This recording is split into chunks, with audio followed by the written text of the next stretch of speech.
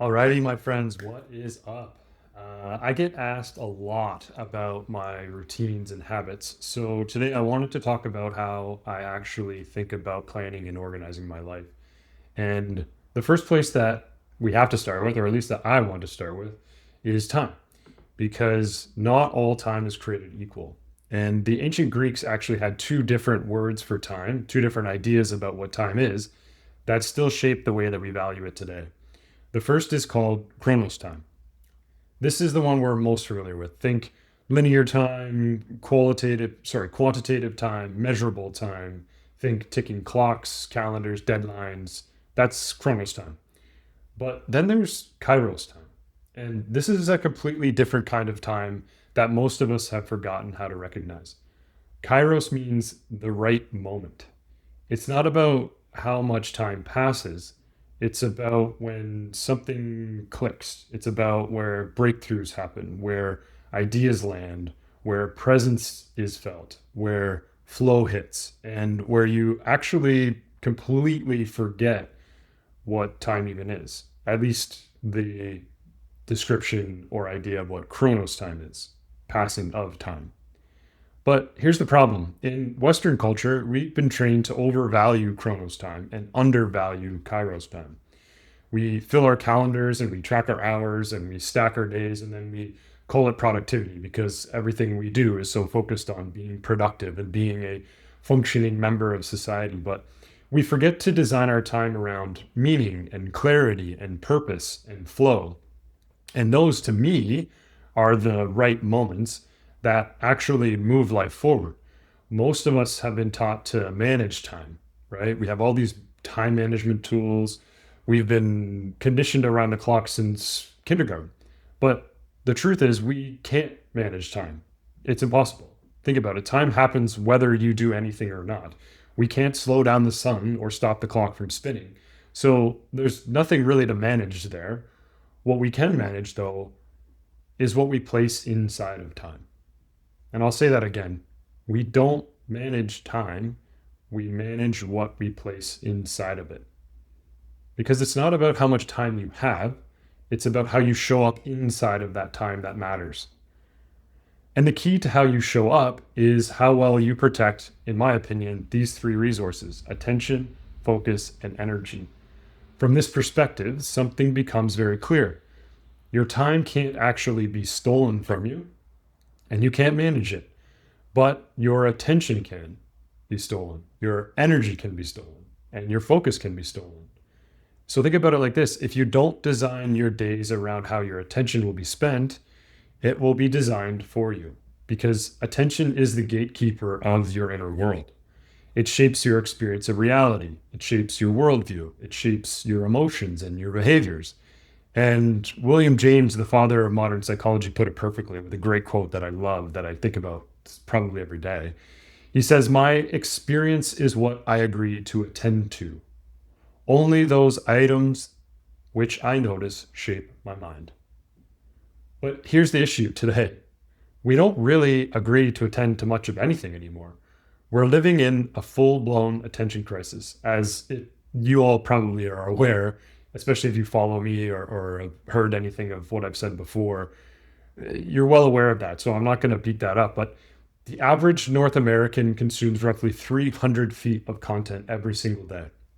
That's the height of the Statue of Liberty. That's a lot. Our brains were never, ever designed to filter that much content, that much information, that much noise. But it doesn't stop there. It actually kind of gets worse, because the average knowledge worker, and I assume if you're watching this video, you're probably a knowledge worker of some kind. What I mean by knowledge worker is someone who exchanges their knowledge for money as a job. It could be a creator, it could be an entrepreneur, an executive of some kind, that's creating something in the world through the knowledge that they have and the skills that they've built. But the average knowledge worker is interrupted roughly 6 to 12 times a day. That's up to 90 interruptions in a single workday. But the real kind of challenging part of that is that it's been shown that it takes roughly 23 minutes to fully refocus after each interruption. So even if we're conservative and say only 20 interruptions really break that deep focus each day, that's still 460 minutes just recovering from distraction. That's 7.6 hours. That's insane, especially for anyone doing anything meaningful. And I assume if you're watching this and you've gotten this far, you really care about meaningful work. But with this understanding, things can really start to change because there is a way out of this, in my opinion, and from what I've experienced. And it starts with understanding a forgotten biological rhythm called your ultradian rhythm, or what I like to call your peak energy windows. This is your body's natural energy cycle. Think of it like your circadian rhythm cycle, where you alternate between different depths of sleep.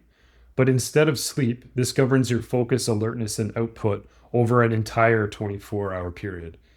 It works like this: when you wake up, your energy is high, you're rested. Most people have about 90 to 120 minutes of that peak energy first thing in the morning. Then the energy dips and the body needs to rest. This is natural and evolutionary. But this is what most people ignore. Instead of recovering after that peak energy window and giving themselves a break, they push, they brute force effort because they're so focused on output and getting things done that they're ignoring the natural signal from the body and the mind to take a breather. But the research I've learned about through my training with Stephen Kotler at the Flow Research Collective shows you really only need about 15 to 20 minutes to reset the cycle, your brain chemicals, and your energy. And when you would recover intentionally, you return to that next peak energy window with more energy, not less, as a lot of people do now. So instead of hitting that high energy window in the morning, ignoring the recovery window, and slowly depleting your energy and burning out by noon, you follow the natural rhythm of your mind and body, and you take an intentional break so you can peak again when the time, energy, and focus are right. And decades of performance psychology show us this. These rhythms affect our cognitive function, our hormone regulation, our emotional stability, and our focus capacity. When you ignore them, you activate your sympathetic nervous system. Stress increases, neurochemical reserves drop, focus collapses. But when you design your life around peak energy windows, something profound happens. You stop forcing output only. You stop forcing energy, and you start to channel flow. You stop battling fatigue, and you align with the natural oscillation of your biology. And for anyone caught in the attention crisis, this is a huge unlock because the people who push through low energy end up stressed, exhausted, burnt out, and sick, really, and diseased. That's where a lot of this comes from, in my opinion. But the people who design for energy reserve it for what matters most. They do more in less time without sacrificing well-being. And I believe that the highest form of intelligence is the ability to design your life intentionally. And the best way to do that, in my opinion, is to design for energy first. Because energy is a longevity edge. What I'm talking about isn't about getting more done or being more productive or proving yourself. It's about showing up presently and powerfully for what matters most. So here's a simple way to start to kind of move in this direction. I call it an energy intelligence audit. You run this for the next 7 days by setting a timer every 90 minutes. And after that timer goes off, you rate your energy, your focus, and your mood from 1 to 5. Then look for the patterns. When are you most alert? When are you more foggy? When do you want to escape from the thing that you're doing? When do you crave rest? When do you feel locked in and focused and dialed into the thing you're doing and present?